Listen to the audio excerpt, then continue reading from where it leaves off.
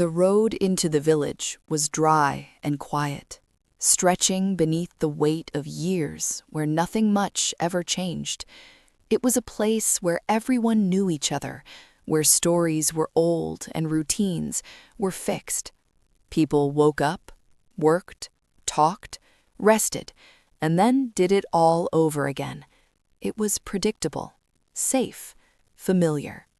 But on this particular day, something unusual stirred in the air. Word had begun to spread from one end of the village to the other.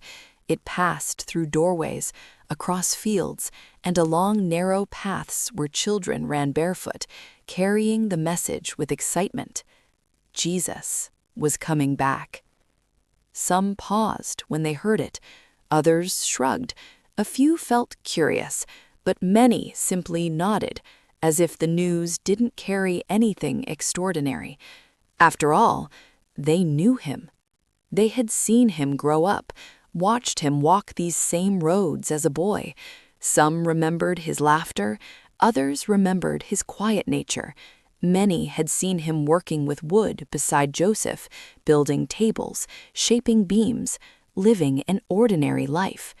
So when they heard that he had been performing miracles in other places, healing the sick, casting out demons, speaking with authority, it didn't sit comfortably with them, because it didn't match the version of him they had already decided was true.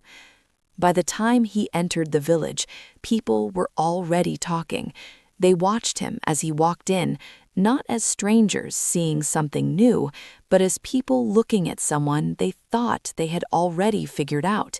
He didn't look like a king. There was no grand display, no announcement, no army. Just a man walking with quiet confidence, followed by a small group of disciples. To some, that was underwhelming. To others, it was confusing, but still they gathered. When the Sabbath came, the synagogue filled. People took their places, their eyes occasionally drifting toward him.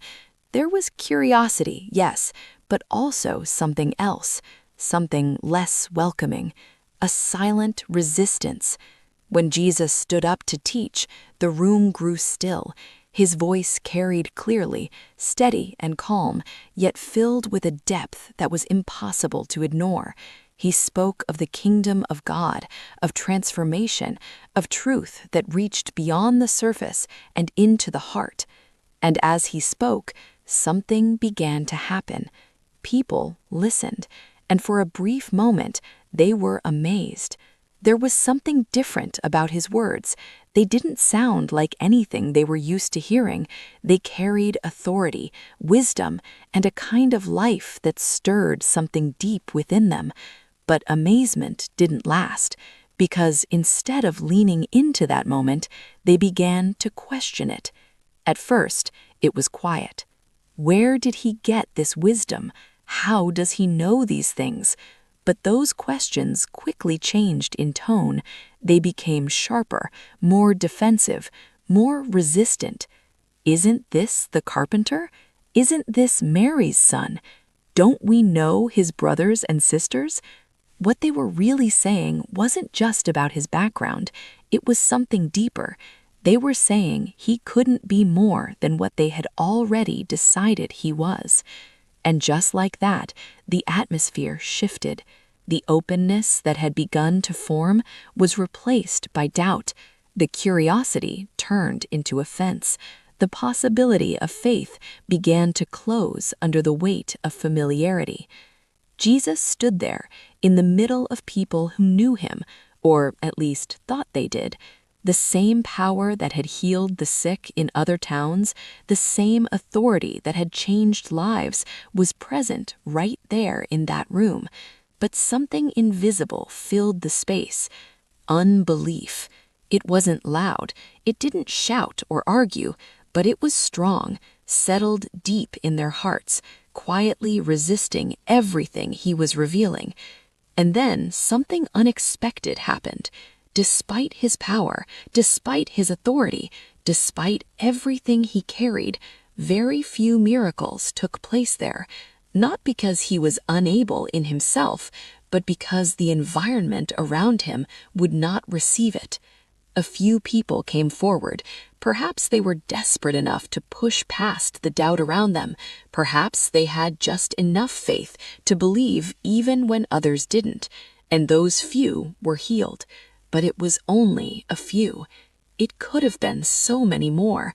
There were people in that village who needed healing, people who needed freedom, people who were carrying burdens they had lived with for years, and the answer to all of it was right there within reach. Yet most of them walked away exactly the same. Not because help wasn't available, but because they didn't believe it was. And Jesus looked around at them, at the faces that were so familiar to him, people he had grown up with, people who had known him for years, and there was something deeply striking about that moment. He was amazed, not at their need, not at their condition, but at their unbelief.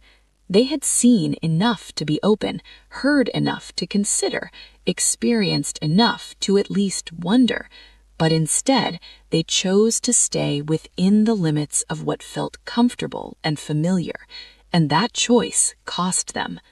After a while, there was nothing more to do there, so he left.